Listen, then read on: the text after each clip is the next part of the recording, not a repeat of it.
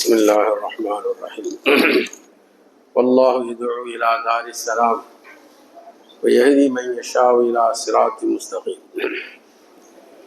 கண்ணியத்திற்கும் பெருமதிப்புக்குரிய அல்லாஹ்வின் நல்லடியார்களே, அல்லாஹ் தஆலா இன்றைய ஓதப்பட்ட ஒரு ஆயத்தில் சொல்கிறான், அல்லாஹ் உங்களை தாருஸ்ஸலாம் என்ற வீட்டின் பக்கம் அழைக்கின்றான்.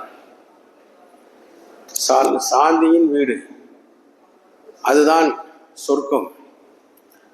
அல்லாஹ்வுடைய வீடுதான் நிரந்தரமான ஒரு வீடாக இருக்கின்றது. ஒரு அரசர் மிக சிறப்பான ஒரு முறையிலே ஒரு மாளிகை கட்டினார். தாஜ்மஹாலை போன்று ரொம்ப அழகான முறையில் அதை கட்டினார். மிக அலங்காரம் செய்தார். அரசர் என்றால் அவருக்கு எல்லா விதமான சக்தியும் இருக்கும். எல்லோரும் வந்து அந்த வீட்டை பாராட்டினார்கள், ரொம்ப அழகா இருக்கு. ஒரே ஒரு பெரியவர் வந்தார். அவர் இந்த வீட்டை நல்லா பார்த்தார், திரும்ப திரும்ப பார்த்தார். அப்போ அந்த மன்னர் கேட்டார், ஏன் இப்படி பார்க்குறீங்க? இந்த வீட்டில் 2 குறை இருக்குது அப்படின்னாரு. அவருக்கு ஆச்சரியமா போச்சு, என்னன்னா 2 குறை, என்ன குறை இருக்கு, என்ன சொல்லுங்களேன் அப்படின்னாரு. அவர் சொன்னாரு, 2 குறை என்னன்னா, இந்த வீடு இருக்காது, இந்த வீட்டை கட்டினவனும் இருக்க மாட்டான். உலகத்துல எத்தனையோ மாடி கட்டுறாங்க, எவ்வளோ அப்படி ஒருத்தங்க பேப்பர் நீங்க பார்ப்பீங்க, இத்தனை சதுரடி அப்படி இப்படி. ஆனா எல்லாமே மண்ணோடு போய்விடும். குல்லு மண் அலைஹா ஃபான். அல்லாஹ் சொல்ல, எல்லாத்துக்கும் மௌத்து. இஸ்ராயில் அலைஹிஸ்ஸலாத்துக்கு மௌத்து, சூரியனுக்கு மௌத்து, சந்திரனுக்கு மௌத்து, நட்சத்திரங்களுக்கு மௌத்து. இதை ஷமாவும் குவ்விரத், சூரியன் சுருட்டப்பட்டுவிடும். பிஹார் ஃபுஜ்ஜிரத், கடலுக்கு மௌத்து, கடல் பூரா எரிய ஆரம்பிச்சு. அல்லாஹ் குர்ஆன்ல சொல்றான். சந்திரனை சூரியனை எல்லாம் தூக்கி வீசப்பட்டுவிடும். வைதல் ஜிபாலு நுஸிஃபத், மலைகளுக்கு மௌத்து, அது மோதி தூள் தூளாக மாறிவிடும். இந்த உலகத்தில் உள்ள எல்லா வஸ்துக்களும், எவ்வளவு பெரிய கட்டடம் கட்டினாலும் சரிதான், எவ்வளவு உயரமாக இருந்தாலும் சரிதான், எவ்வளவு அழகாக இருந்தாலும் சரிதான், அது இருக்காது. அப்போ அவர் சொன்னாரு, இந்த வீடும் இருக்காது, இந்த வீடு கெட்டவனும் இருக்காது. ஆனா அல்லாஹ் ஒரு வீடு கட்டியிருக்கான். அதை குர்ஆன்ல சொல்றான், வல்லாஹு யதுஉ இலா தாரிஸ்ஸலாம். அந்த தாருஸ்ஸலாம் இருக்குத, அது என்றைக்கும் இருக்கும். அதில் நுழையக்கூடியவனும் இருப்பான். அப்ப அதில் நுழைவதற்கு என்ன செய்யணும்? நல்ல அமல் செய்ய வேண்டும். அல்லாஹ் தஆலா இன்றைய ஆயத்துல சொல்றான், மனிதன் எப்படி இருக்கான்? கஷ்டம் வந்துட்டா, வைதா மஸ்ஸல் இன்சான துர்ருன் தஆனா, கஷ்டம் வந்தா நம்மளை கூப்பிடுறான்.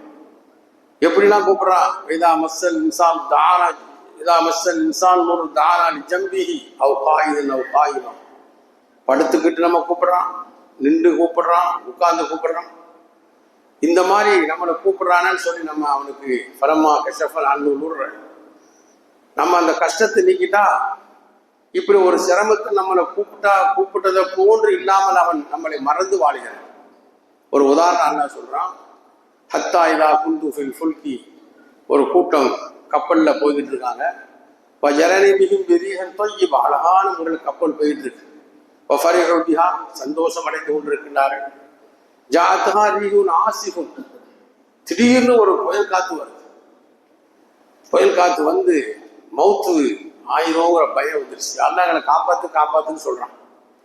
ஃபலம்மா நஜ்ஜாஹும் மினல் பர்ரி இதாஹும் யுஷ்ரிகூன், காப்பாத்ததுக்கு பின்னால அவர்கள் யபூன ஃபில் அர்தி பிகைரில் ஹக், சத்தியத்துக்கு மாற்றமாக இந்த பூமியில வாழ ஆரம்பித்து விடுகிறான். அப்போ கஷ்டம் வரும் பொழுது நம்மளை நினைக்கிறான், சந்தோஷம் வரும்போது மறந்து விடுகிறான். இப்பேற்பட்ட மக்கள் சரியான மக்கள் அல்ல.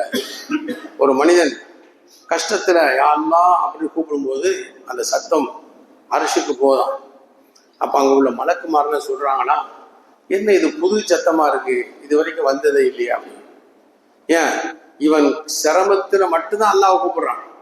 நல்லதுல நல்ல சந்தர்ப்பத்துல அல்லாஹ் நினைக்கிறார், சந்தோஷத்துல நினைக்கிறார், கஷ்டத்துல நினைக்கிறான். இது சிறந்ததல்ல. எல்லா நிலையிலும் மனிதன் அல்லாஹ்வை நினைக்க வேண்டும் என்பதை இந்த ஆயத்திலே சுட்டி காட்டுகிறார். அப்பேற்பட்ட நல்ல மக்களுக்கு தான் அல்லாஹு தஆலா தாருஸ்ஸலாம் சாந்தியின் வீடு, எல்லா விதமான சாந்தியும் அந்த வீட்டில் இருக்கின்றது. அதற்கு நிகர் இந்த உலகத்தில் எப்பேற்பட்டவனும் வீடு கட்ட முடியாது. இந்த வீடுகள் எல்லாம் வெடிப்பு வந்துடும், அந்த வீட்டில் உள்ளால விட்டுட்டு போயிடுவாரு. எத்தனையோ ஊர்களில் பெரிய பெரிய வீடு இருக்கு, இன்னாருடைய வீடுன்னு சொல்றோம். ஆனால் அவர் போயிட்டார். எத்தனை பெரும்பெருமைக்கு டில்லியில் எடுத்துக்கிட்டீங்கன்னா எல்லாமே நம்முடைய சின்னங்கள் தான். டில்லி பூரா நம்ம சின்னங்கள் தான். குத்துபு மினார், குத்துபுத்தீன் என்பவர் கட்டியிருக்கார், பெரிய மனாரா. லா இலாஹ இல்லல்லாஹ் முஹம்மது ரசூலுல்லாஹ்னு சொல்லி அதனுடைய ஒட்டத்தில் எழுதியிருக்காங்க. மேலே வரைக்கும் ஏறி பார்க்கலாம். இப்போ என்ன செய்யறான்னு தெரியல. எல்லாம் இதெல்லாம் பழுதாகுதோ அதை அப்படியே விட்டு நாசமாக்கிறாங்க. அதை வீணா போட்டு விட்டுதான். அரசாங்கத்தை திருப்பி செய்ய மாட்டேங்கான், சரிப்படுத்த மாட்டேங்கான். இருந்தாலும் பெரிய வயசு ஒவ்வொரு ஒரு ஒரு பள்ளியா ஒரு இதனுடைய ஒரு தூண்ல தபாரக்கல்லி பூரா சூறா எழுதியிருக்காங்க, அழகா எழுதியிருக்காங்க, அர் ரஹ்மான் சூறா எழுதியிருக்காங்க. இப்படி எழுதுதான் தெரியல. ஆனா அவர்கள் எல்லாம் எங்க இல்லை, அடையாளம் இல்லை சகோதரர்கள். ஆகவே மனிதன் நிரந்தரமான ஒரு வீடு நமக்கு வேணும்னா அது அல்லாஹ் கூப்பிடுறான் பாருங்க, அந்த வீடு தான். அது தாருஸ்ஸலாம். அந்த வீட்டுக்கு நம்ம தயாராக வேண்டும் என்றால் அங்கு வேற கல் மண்ணெலாம் கொண்டு போக முடியாது. நம்ம நல்ல அமல்கள் தான் கொண்டு செல்ல வேண்டும். அதைத்தான் அல்லாஹ் தஆலா சொல்றான். கஷ்டம், நஷ்டம், சிரமம், சந்தோஷம், எல்லா நிலையிலும் நீங்கள் அல்லாஹ்வை நினைக்கக்கூடியவர்களாக இருக்க வேண்டும். அல்லாஹ் ஒரு கஷ்டத்தை விட்டு நீக்கிட்டா அல்லாஹ் மறந்துடக்கூடாது. இதைத்தான் இந்த ஆயத்துக்கு அல்லாஹ் நமக்கு சுட்டி காட்டுகின்றான். ஆகவே எல்லா நிலையிலும் அல்லாஹ்வை நாம் நினைத்து கொண்டே இருக்க வேண்டும். அல்லாஹ் சொல்றான், உள்ளத்தில் என்னை நினைங்க.